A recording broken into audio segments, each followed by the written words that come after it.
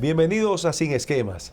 En la entrega de hoy tendremos el gratísimo placer de conversar con el doctor Daniel Guzmán, quien es experto en gestión hospitalaria, quien ha sido consultor para el Banco Interamericano de Desarrollo y también consultor internacional en materia de seguridad social, en materia de pensiones, y con quien estamos seguros que vamos a tener una conversación de mucha utilidad para nuestro público televidente en un aspecto, en un tema de tanta trascendencia que como es la seguridad social. La seguridad social, como ustedes saben, inicia en el año 2001, o sea que acaba de llegar a su mayoría de edad en términos de tiempo, y sé que hay cosas que se han logrado y hay otras cosas que faltan por lograr, y por eso tenemos a nuestro distinguido invitado para que nos oriente en ese sentido. Bienvenido a Sin Esquemas, doctor, y gracias por aceptar nuestra invitación. Muchas gracias por la invitación. Es un placer conversar con usted en relación a este tema. Y tal como ha señalado, en los años 90, en la década del 90 del siglo pasado, se realizaron en el país una serie de estudios que dijeron, bueno, el país tiene una situación muy difícil, y eso invitó al gobierno a solicitar recursos internacionales al Banco Interamericano, al Banco Mundial, por préstamos por cerca de 117 millones de dólares para producir una reforma de salud que se produce en el año 2001. Y esta reforma son las leyes 4201 y 8701. Posiblemente los instrumentos políticos técnicos más avanzados en salud de la región de las Américas y posiblemente hasta del mundo.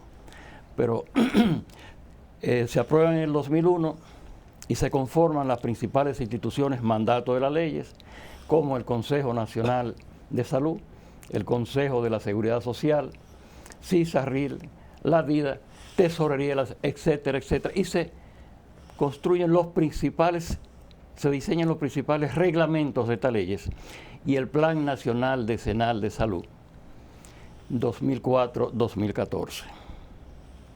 Con todos estos avances que ya se habían logrado, yo regreso al país después de casi 20 años fuera, a una consultoría con una empresa internacional que ganó una licitación pública justamente de Fondo Hospital para desarrollar o diseñar los instrumentos de gestión de los hospitales que mandaban estas leyes. Y pensaba que ya el país había superado una etapa muy importante, que era la falta de continuidad de política de Estado. Y en vez del gobierno que asume en agosto del 2004, asumir todo esos avances, dice, no, eso viene de otro gobierno, nosotros vamos a hacer cosas diferentes. Y eso lo está pagando el país muy caro. No se le dio continuidad de política de Estado, no hubo voluntad política para hacer, para hacer cumplir las leyes. No se han asignado los recursos como mandan las leyes, fundamentalmente para dos segmentos de población que son extremadamente importantes, que son los regímenes contributivos, contributivo subsidiado y el subsidiado. Apenas se ha comenzado, como manda la ley, el contributivo, pero estos dos que fueron la razón de la ley no se han iniciado. Que son los que impactan a la mayor población y de menores posibilidades. Exactamente. Pero ¿a qué usted le atribuye? Porque sabemos de antemano que cada gestión tiene su librito y cada quien quiere recoger los méritos. Don Iván Rondón, senador por la provincia de Atomayor, el Ceibo. No, Atomayor. Atomayor, ¿no? Sí. Redacta la ley, se asesora, busca todo el auxilio, y durante el mandato del presidente Hipólito Mejía se implementa esta ley y se somete, se logra la aprobación, y luego entonces vienen los gobiernos del PLD que encuentran esta implementación, y que ya estaba prácticamente en toda su extensión, estaba concebida, ¿no? La pregunta es, ¿cómo ven las nuevas autoridades este proyecto de ley después de encontrarlo, porque finalmente ha salido a camino. Y mal que bien, tenemos una seguridad social con muchísimos problemas, con muchísimas deficiencias, con unas confusiones tremendas, porque realmente las reglas de juego, por más que se digan que están establecidas, no están claras, y con un sector también de salud privada que ha ganado un terreno enorme, se ha aprovechado enormemente de la ley y se ha enriquecido como fruto de esa distorsión que hay entre el Estado, sector privado, y todo esto ha contribuido a crear un sector que yo diría, lejos de ser quizás un poco, no sé, o sea, me parece que se ha creado un monstruo de 7 cabezas. No sé si usted... Qué bueno. Mira, me río porque con esa pregunta que usted me acaba de hacer, podemos escribir varios libros. Sí, pero precisamente usted, que es una persona, lo que queremos es que nuestro público se nutra de esas orientaciones y del conocimiento que usted tiene para aclarar algunas lagunas que podamos tener y lógicamente llevarla a nuestro público. Y pudiésemos pasar varios días, porque usted ha hecho una síntesis de elementos sumamente importantes, muy importantes todos. Señala al senador Iván Rondón. Iván Rondón fue el presidente de la Comisión de Salud del Senado. Claro. Correcto. A mí me tocó como superintendente de banco, yo era superintendente de banco para esa época. Que no existía, y me tocó trabajar existía esa comisión. Se creó justamente cuando el PRD ganó. Me acuerdo, sí. En el 98 se crea esa comisión. Y no es Iván Rondón. Iván Rondón tuvo la destreza de coordinar con todas las, ¿cómo se llaman? Con todas las instituciones del país. Sí. Y además, el Congreso visitó prácticamente diferentes países, tanto en las Américas como en Europa, y se logró un consenso para lograr esa ley. Yo regreso al país, que estaba precisamente en ese tiempo, ya en 1999 en Bolivia, invitado por una empresa privada, porque se había abierto una licitación pública internacional para un proyecto que se denominó Fon Hospital, que era justamente para implementar esas leyes. Y regreso justamente al país en enero del 2001 para diseñar estos instrumentos. Esa empresa, yo fui el director técnico, y se contrataron 22 consultores más entre nacionales e internacionales, y se lograron desarrollar todos los instrumentos. Cuando en mayo del 2000, gana el Hipólito Mejía y el PRD, hubo preocupación en los organismos internacionales y fundamentalmente en el BID. Nosotros, el proyecto que venía financiado por el BID, llegamos y entonces nos convocan en junio a una reunión en uno de los hoteles de la región del este, en Guayacán, uno de los hoteles, justamente porque había preocupación de los financiadores de que no hubiese continuidad de política de Estado. Nosotros tuvimos la oportunidad, éramos varias empresas, con diferentes consultores, de explicar a las nuevas autoridades. Ya el presidente Mejía había seleccionado el doctor Rodríguez Soldevila, que iba a ser el próximo secretario de Salud, y fue con su equipo y se le hizo una presentación. Había una gran preocupación en los bancos y fundamentalmente en el BID. Como a los 15 días yo tenía una relación muy estrecha, yo estaba coordinando un proyecto financiado por el BID en Bolivia, y me llaman y me dicen, mire, tenemos información de que el presidente le comunicó al secretario de Salud que se continúe todo lo que se estaba haciendo. Eso es política de Estado. Porque si se pone a inventar el PRD, a decir, no, esos contratos vamos a revisarlo, vamos a revisar términos, todavía estuviésemos revisando términos de referencia. Y se dio continuidad de política de Estado, lo que no se dio en el 2004. Dijeron, no, todo lo que se hizo ahora nosotros lo vamos a hacer diferente. Y eso es lo que está pasando ahora mismo. Sí. Se comenzó a hacer diferente y no han podido hacer nada. De ahí esos indicadores. Pero usted ha tocado un tema sumamente importante. y es lo que el país ha comprado. Los dirigentes del PLD no, los funcionarios de salud de los gobiernos de los últimos 15 años han tenido la destreza y la habilidad para vender que hay grandes ganancias, y eso no es correcto. Eso no es correcto. Hay grandes pérdidas. No, porque lo único que se refieren es al contributivo el subsidiado se inició de forma irregular. Cuando usted dice grandes ganancias, don Daniel, doctor, discúlpeme, usted se refiere a que la referida ley de seguridad social ha producido importantes beneficios para el país. O sea, no ganancias en términos económicos, sino porque el gobierno no hablaría de ganancias económicas, sino hablaría de beneficios para los usuarios. No. Pregunto. Que se dice y se comenta, por ejemplo, que las administradoras de riesgo es un gran negocio. Ah, exacto. Okay. Eso es una parte, eso lo vamos a aclarar.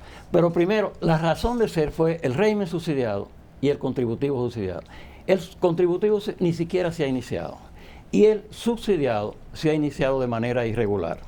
Porque el artículo 142 establece muy claro que para conocer cuánto cuesta el régimen subsidiado, que dice Senasa que tiene 3.5 millones de afiliados, que no es verdad. No. Eso tienen carnet, pero no están afiliados. Porque si estuvieran afiliados, se hiciera de acuerdo a lo que dice el artículo 142, el 146, 147, 155, 156, 159, 160, 169.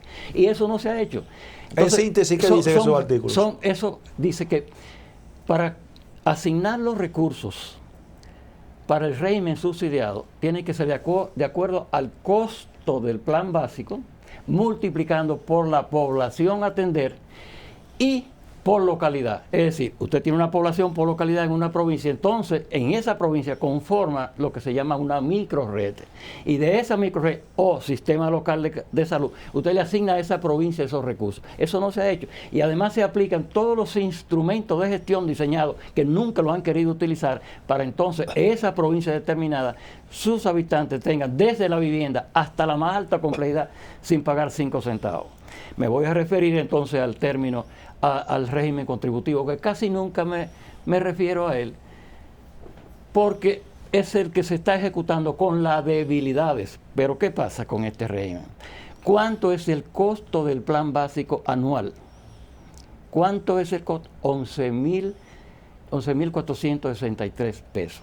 Eso es lo que se le entrega a una administradora de riesgo por persona. Son $243 al año por persona. Correcto. Cuba, que es un país que tiene un buen sistema de salud, gasta $3.200 por persona. Wow. Lo que nosotros le entregamos a una ARS al año son $243. O sea que hay un déficit tremendo ahí. No, el déficit es porque esos son los recursos que se tienen de acuerdo al aporte. Por ejemplo, el año pasado se le entregó a las 19 ARS autorizadas en el país 48.000 millones. Eso es justamente el costo del plan básico. Cuando usted divide los 4 millones entre los 12.000, son 12.000 pesos al año por persona. ¿Y qué recibe el contribuyente en este caso? Porque eso es lo que recibe en la ARS. Ahora, al final, ¿qué servicios? O sea, ¿eso se traduce en qué?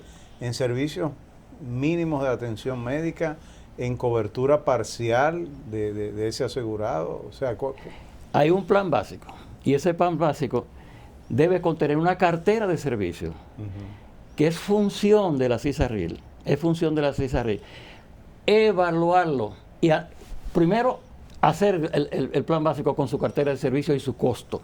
Y esto evaluarlo permanentemente y someterlo al Consejo de la Seguridad, esa evaluación y actualización. Pero mire una observación importante. De esos 4 millones de asegurados, o los trabajadores asegurados, el 54% tiene ingreso inferior o igual a 15.000 pesos. Y el 80% tiene salario igual o inferior a 25,000 pesos.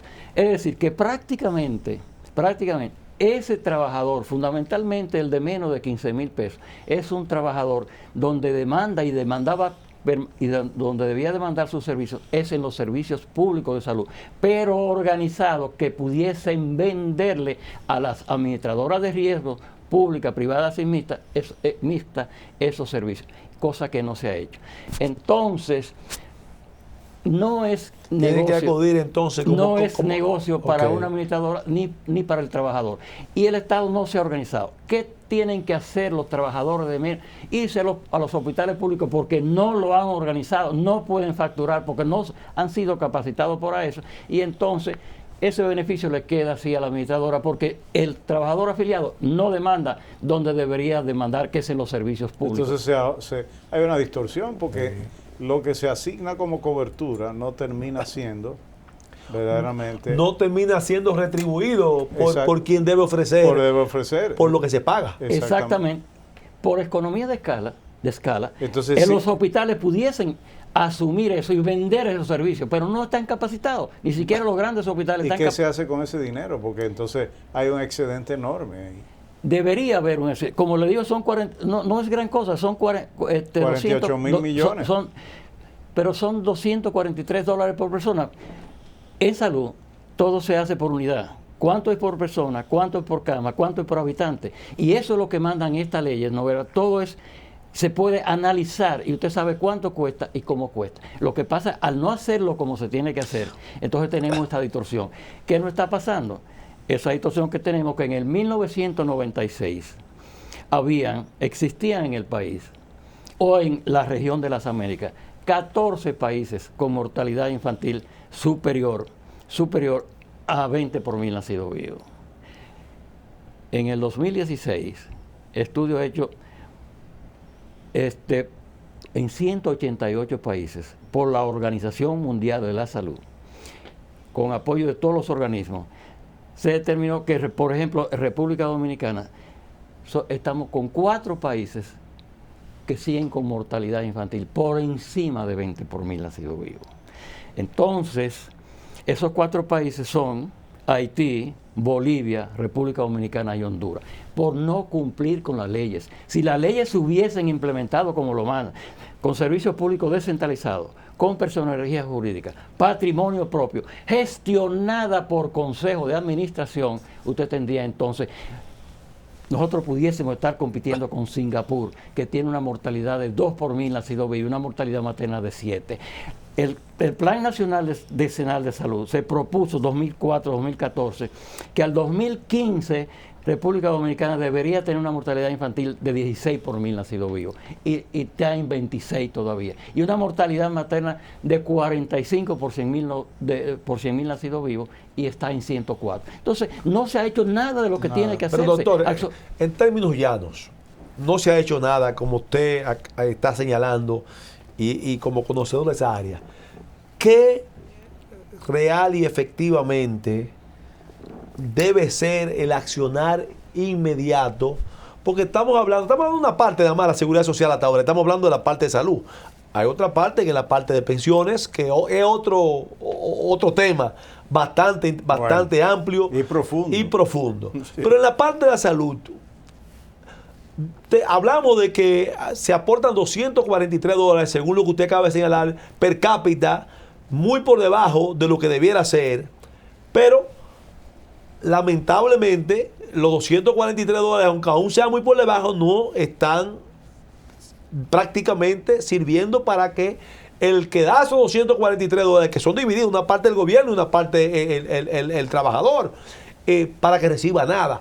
¿Cuáles son los pasos o las acciones precisas que usted entiende que hagan posible que nuestro sistema de salud público, que es el que debe encargarse principalmente de ese régimen que va a los más necesitados, requiere que haga? Excelente pregunta. Eso lo vengo yo planteando desde el 2006 en el Colegio Médico. Lo tengo escrito. Hay más de 300, 400 artículos escritos que tengo en los medios. Usted entra.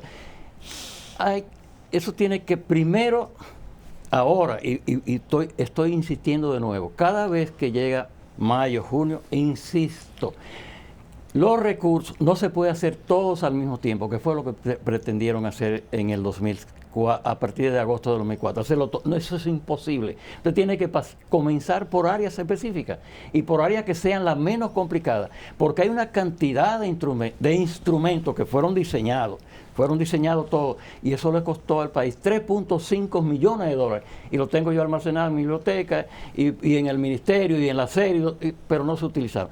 Entonces, lo primero que hay que hacer es decir que el gobierno decida dónde quiero comenzar. Yo le he hecho la propuesta de que comiencen las 5 provincias de las fronteras y las 5 provincias de la región del este. Cuestión de que se venga del este al oeste, del oeste al este, y se encuentren en el centro. Pero para eso hay una serie de tareas que debe realizar el ministerio para conformar entonces, organizar esa micro. Y en cada provincia, lo primero que tienen esos recursos que estar en el presupuesto del Ministerio de Salud. Del próximo año, para ser asignado a la Tesorería de la Seguridad Social, y que de la Tesorería de la Seguridad Social se transite al SENASA, aseguradora creada para eso, y de SENASA entonces compra los servicios. Pero una modalidad que no existe en ninguna parte del mundo. Esos recursos que se asignan son de esa provincia, y con eso tienen que desempeñarse. Y alguien que se enferme en cualquier provincia de la región de la frontera y necesite una alta complejidad de un cáncer o un reemplazo de válvula aórtica como el que se me hizo a mí en el país, entonces tiene la oportunidad, pero con los recursos de Montecristi o de Dajabón, de donde reside esa persona, y se lo soluciona en Santiago o en Santo Domingo, pero con los recursos de ella. Eso no se inicia. Entonces tienen que, lo primero, si no está en la ley de presupuesto... ¿Y son suficientes esos recursos? ¿Son suficientes? ¿O usted te está diciendo que se establezcan partidas presupuestarias especiales aparte de las contribuciones? Buena pregunta. Con un 3% del Producto Interno Bruto se pueden producir resultados excelentes para compararnos con los mejores países del mundo. Con un 3%, no un 5%. ¿Qué van a hacer con el 5%? Con un 3% del Producto Interno Bruto. ¿Y cuánto tenemos actualmente? Actualmente en el sector público se está... Dicen los organismos internacionales que son 2.9, pero aquí se habla de 2, pero realmente son 2.9, porque ellos incluyen una serie de recursos que andan dispersos. Por ejemplo, OISOE tiene en el presupuesto de la presidencia tiene 8.000 millones, esos son de salud. Y así hay una cantidad, hay 20.000. Hay una distorsión ahí. Hay 20.000 millones también en la presidencia que son para aspectos sociales, que son salud. Hay 6.500 millones en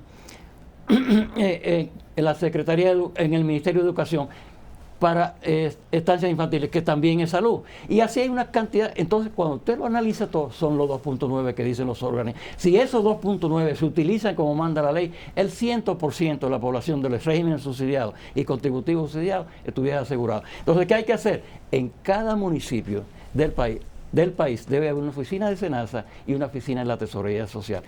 ¿Por qué? Fundamentalmente por el contributivo subsidiado. Eso no existe en ninguna otra parte. Dice, por ejemplo, la Organización del Trabajo del año pasado, que se realizó un evento en Lima, de que hay 140 millones de trabajadores informales en la región de las Américas que no tienen acceso a la seguridad social.